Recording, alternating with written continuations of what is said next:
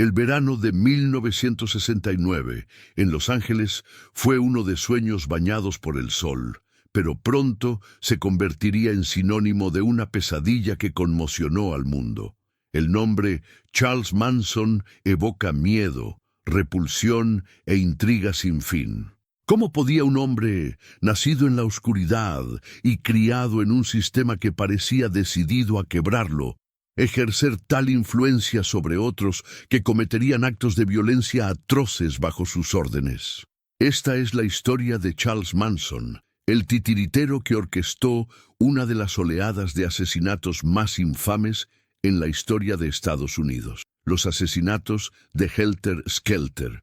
La juventud idealista buscaba una utopía, un lugar donde pudieran escapar de las duras realidades de una sociedad sumida en la guerra, el racismo y la corrupción política.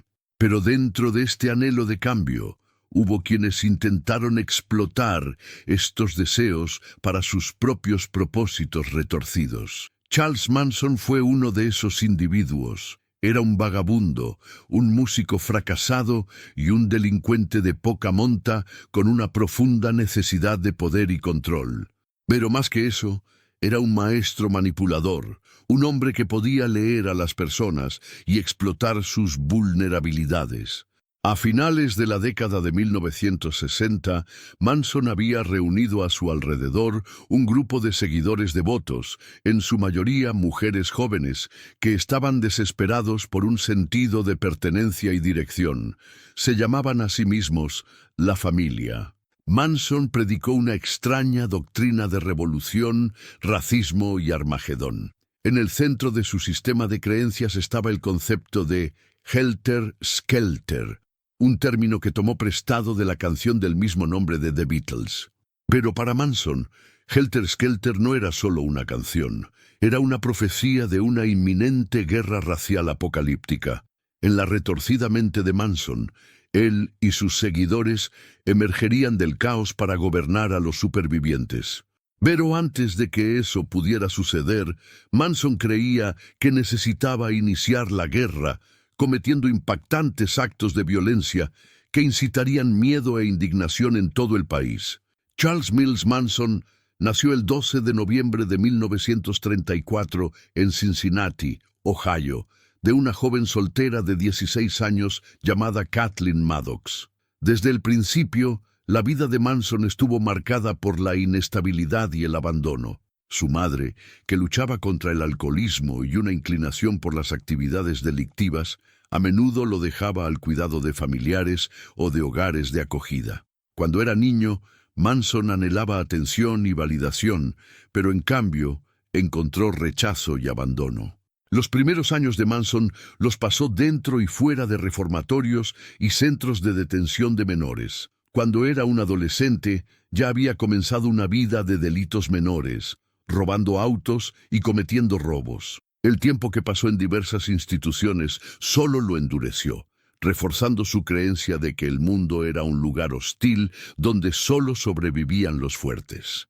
En 1955, a la edad de 20 años, Manson se casó con una camarera de 17 años llamada Rosalie Jean Willis, que ya estaba embarazada de su hijo. La pareja se mudó a California, donde Manson continuó con sus actividades criminales.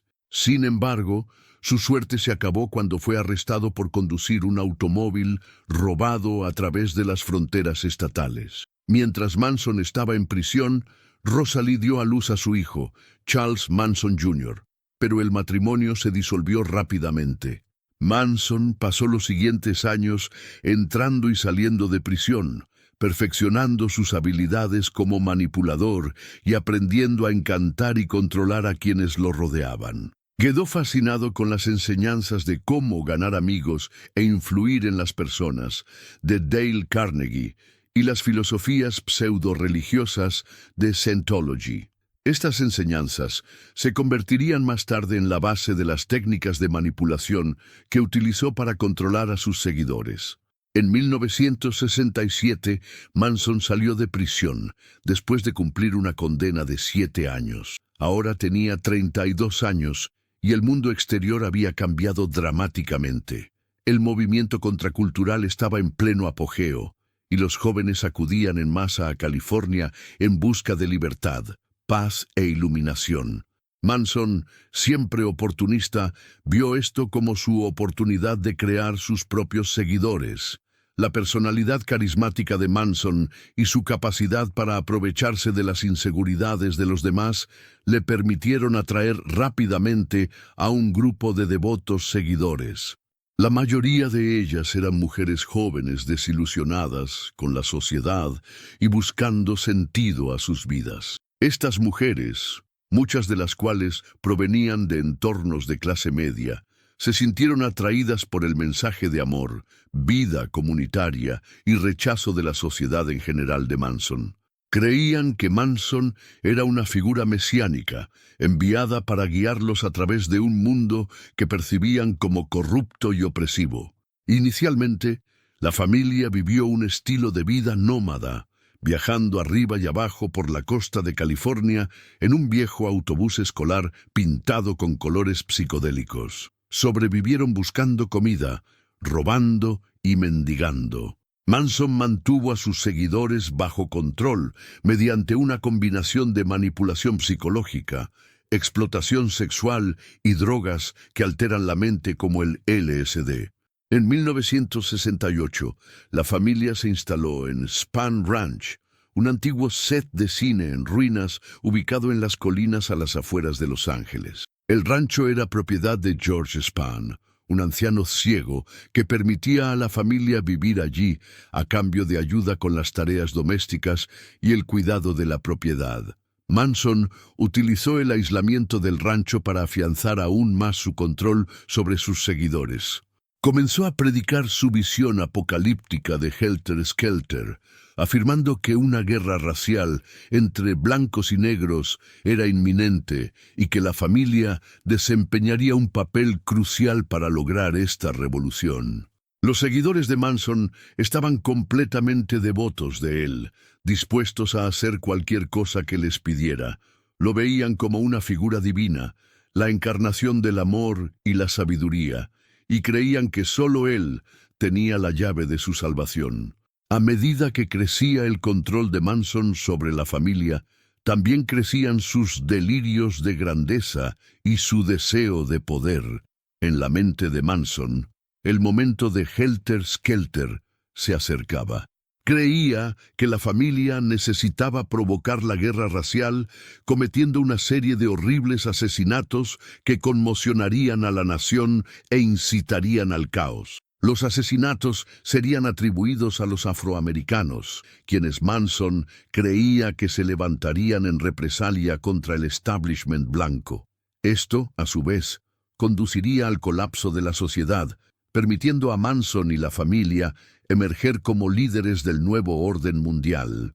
Pero antes de que pudieran comenzar los asesinatos, Manson necesitaba conseguir los recursos para sobrevivir al apocalipsis que se avecinaba.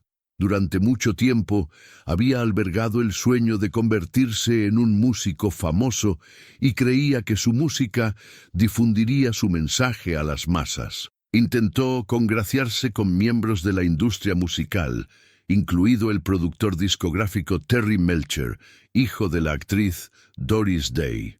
Manson y la familia incluso se mudaron a la casa de Dennis Wilson, el baterista de The Beach Boys, por un tiempo. Wilson le presentó a Manson a Melcher, y Manson creyó que un contrato discográfico era inminente. Sin embargo, Melcher finalmente rechazó la música de Manson, y este rechazo solo alimentó la ira y el sentimiento de traición de Manson. Se volvió cada vez más paranoico y convencido de que el mundo estaba conspirando contra él. En opinión de Manson, el fracaso en conseguir un contrato discográfico no fue solo un revés personal. Era una señal de que había llegado el momento de Helter Skelter. La noche del 8 de agosto de 1969, Manson reunió a un grupo de sus seguidores más leales y les ordenó que fueran al 1050 Cielo Drive, una lujosa casa en el área de Benedict Canyon en Los Ángeles. La casa había sido alquilada por Terry Melcher, pero en el momento de los asesinatos estaba ocupada por la actriz Sharon Tate y su marido, el director Roman Polanski. Tate estaba embarazada de 8 meses y Polanski estaba fuera del país trabajando en una película. Manson no fue él mismo a la casa. En cambio, envió a sus seguidores Charles Tex Watson, Susan Atkins, Patricia Krenwinkel y Linda Kasabian a llevar a cabo los asesinatos. Les dijo que mataran a todos en la casa y que hicieran el crimen lo más brutal e impactante posible. Watson, que se había convertido en la mano derecha de Manson, lideró el ataque. Armados con un cuchillo, un revólver calibre 22 y un retorcido sentido de propósito, Watson y los demás entraron a la propiedad poco después de la medianoche. La primera víctima fue Stephen Parent, un joven de 18 años que había estado visitando al cuidador de la propiedad. El padre fue asesinado a tiros y apuñalado cuando intentaba huir. Luego, los asesinos entraron a la casa, donde se encontraron con Sharon Tate, su amigo Jay Sebring, el amigo de Polanski, Wojciech Frykowski, y la novia de Frykowski, Abigail Folger. Durante las siguientes horas, los asesinos asesinaron brutalmente a las 4 víctimas. Tate, que suplicó por la vida de su hijo por nacer, fue apuñalada 16 veces. Mientras agonizaba, Susan Atkins usó la sangre de Tate para escribir la palabra cerdo en la puerta principal. La escena dentro de la casa era de un horror inimaginable. La sangre salpicó las paredes y el suelo, y los cuerpos de las víctimas quedaron en posiciones grotescas. La brutalidad de los asesinatos conmocionó a la nación y dejó una cicatriz duradera en la psique colectiva de Estados Unidos. La noche siguiente, el 9 de agosto de 1969, Manson decidió acompañar personalmente a sus seguidores en otra ola de asesinatos. Esta vez, el objetivo era la casa de Leno y Rosemary LaBianca, una pareja adinerada que vive en el barrio Los Feliz de Los Ángeles.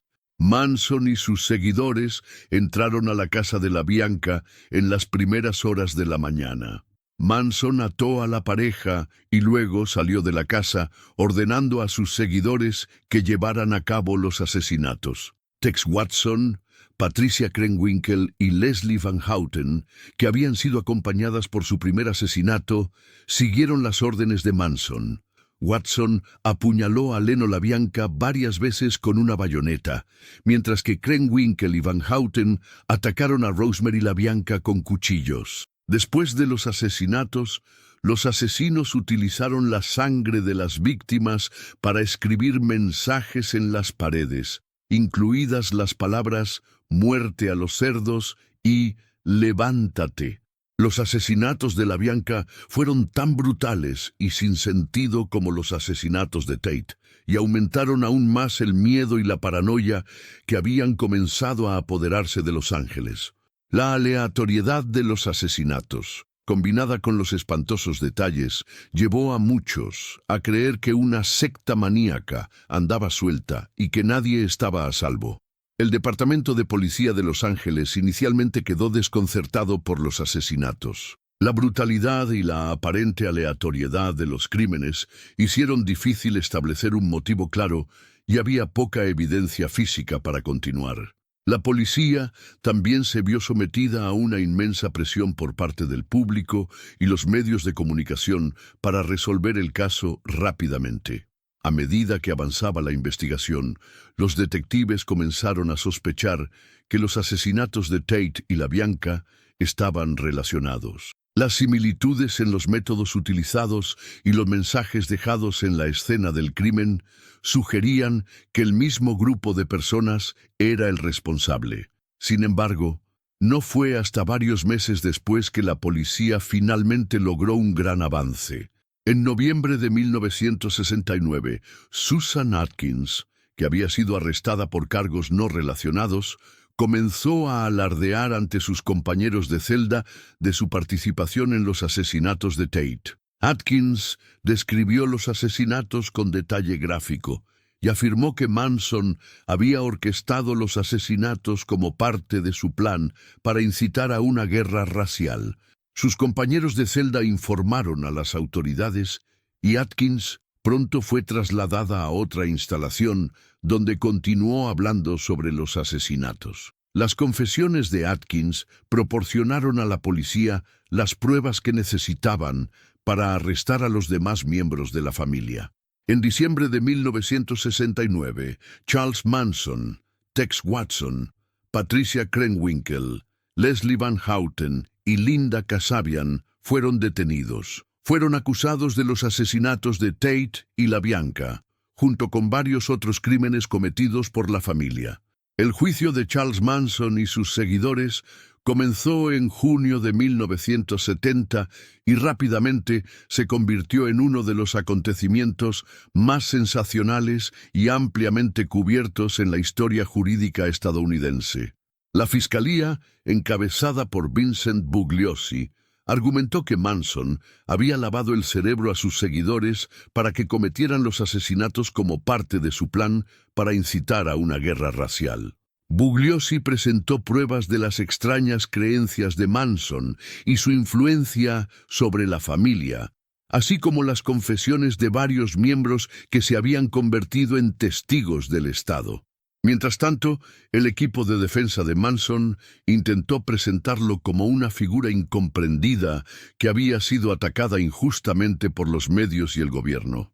El propio Manson interrumpía con frecuencia el proceso, provocando arrebatos salvajes y amenazando al juez y a los abogados. También se talló una X en la frente, que luego convirtió en una esvástica como símbolo de su rechazo a la sociedad. Durante todo el juicio, las seguidoras de Manson se mantuvieron ferozmente leales a él. Se afeitaron la cabeza, se vistieron con ropa a juego y se manifestaron frente al tribunal, proclamando la inocencia de Manson y declarando su voluntad de morir por él. Su comportamiento solo reforzó la percepción pública de la familia como una secta peligrosa y fanática. Después de meses de testimonios y deliberaciones, el jurado declaró culpables de asesinato en primer grado a Charles Manson, Tex Watson, Susan Atkins y Patricia Krenwinkel. Leslie Van Houten fue condenada por asesinato en segundo grado por su papel en los asesinatos de LaBianca. En marzo de 1971, los 5 acusados fueron condenados a muerte. Sin embargo, sus sentencias fueron posteriormente conmutadas por cadena perpetua después de que la Corte Suprema de California invalidara las leyes estatales de pena de muerte en 1972. Los asesinatos de la familia Manson marcaron el final de la década de 1960 y la muerte del idealismo que había definido la década. Los espantosos asesinatos destrozaron la ilusión de la contracultura como un movimiento pacífico y amoroso y expusieron el lado oscuro de la aceptación de la época del amor libre, las drogas y la rebelión contra la autoridad. En los años posteriores al juicio, los miembros supervivientes de la familia continuaron siendo una fuente de fascinación y temor para el público. Charles Manson se convirtió en un símbolo del mal y un recordatorio de los peligros de los líderes carismáticos que se aprovechan de los vulnerables. Pasó el resto de su vida en prisión, donde continuó defendiendo sus retorcidas creencias y atrayendo a un pequeño pero devoto grupo de seguidores. Manson murió en 2017 a la edad de 83 años. Pero el legado de sus crímenes continúa atormentando a Estados Unidos. Los asesinatos de Helter Skelter siguen siendo uno de los episodios más infames y horripilantes de la historia del país. Un crudo recordatorio de la fragilidad de la sociedad y la facilidad con la que pueden ser destrozadas por quienes buscan explotar sus debilidades.